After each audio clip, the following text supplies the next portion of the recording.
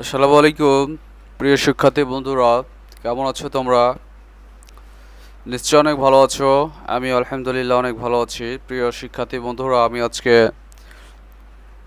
চলে এসেছি ইউটিউবের পর্দায় 2022 সালের এসএসসি পরীক্ষার্থী, অর্থাৎ যারা বর্তমানে ক্লাস 10-এ রয়েছে বা দশম শ্রেণীতে রয়েছে তাদের জন্য বাংলাদেশের ইতিহাস ও বিশ্ব সভ্যতার বিষয়ের উপরে ষষ্ঠ সপ্তাহের অ্যাসাইনমেন্টের উত্তর নিয়ে। অ্যাসাইনমেন্ট নম্বর হচ্ছে অন।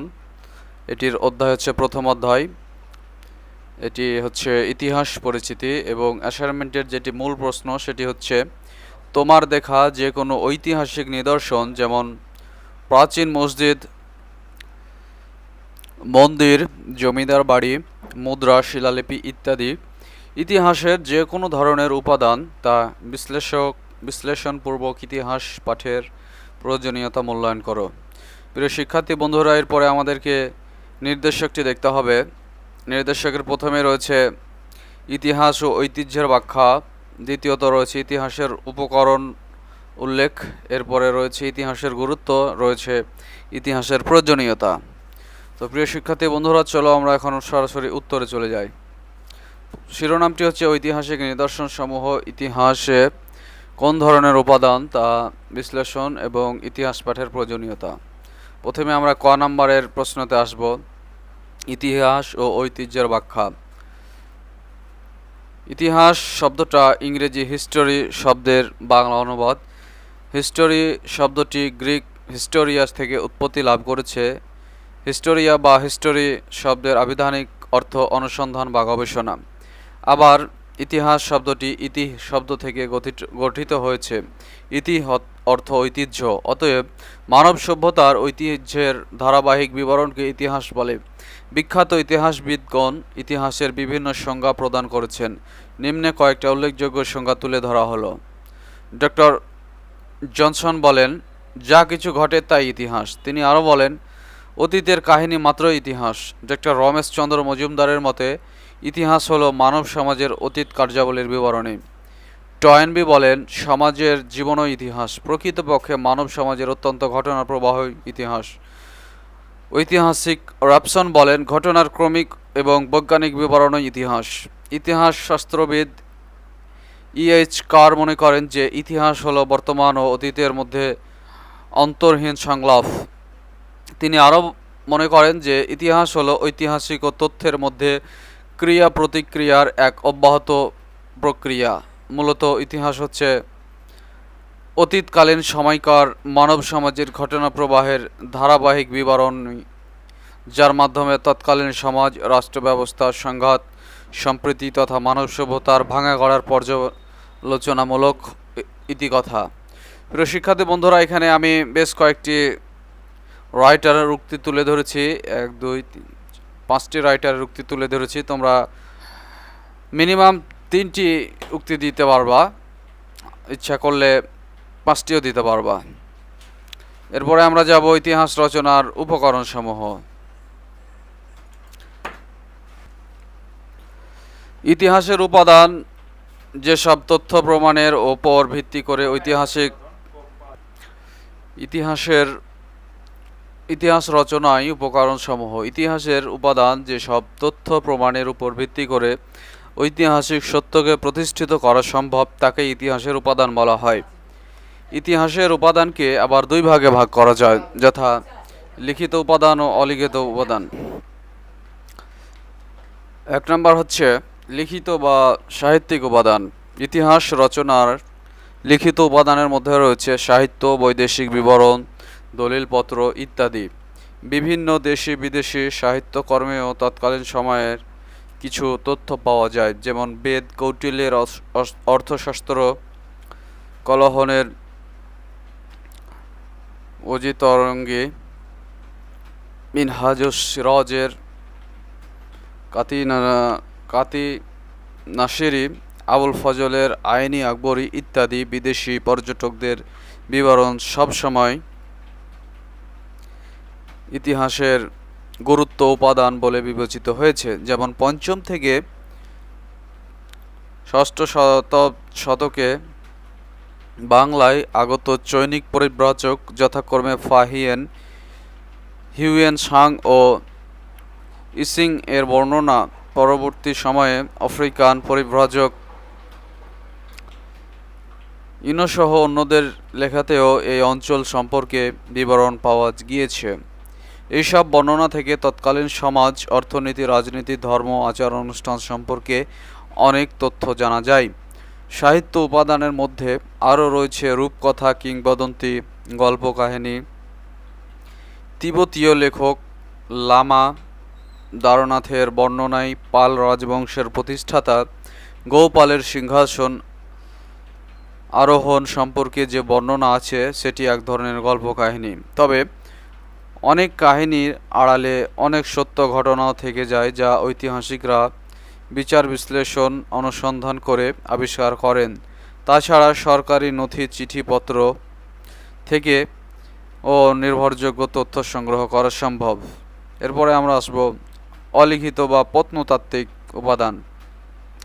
যেসব বস্তু বা উপাদান থেকে আমরা বিশেষ সময়, স্থান বা ব্যক্তি সম্পর্কে বিভিন্ন ধরনের ঐতিহাসিক তথ্য পাই, সেই বস্তু বা উপাদানই প্রত্নতাত্ত্বিক নিদর্শন।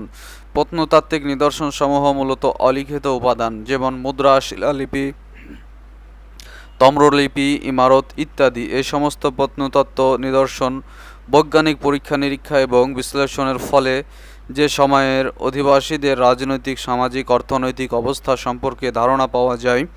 ধারণা করা সম্ভব প্রাচীন অধিবাসীদের সভ্যতা, ধর্ম, জীবনযাত্রা, নগরায়ন, নিত্য ব্যবহার্য জিনিসপত্র ব্যবহার, ব্যবসা বাণিজ্যের অবস্থা, কৃষি উপকরণ ইত্যাদি সম্পর্কে।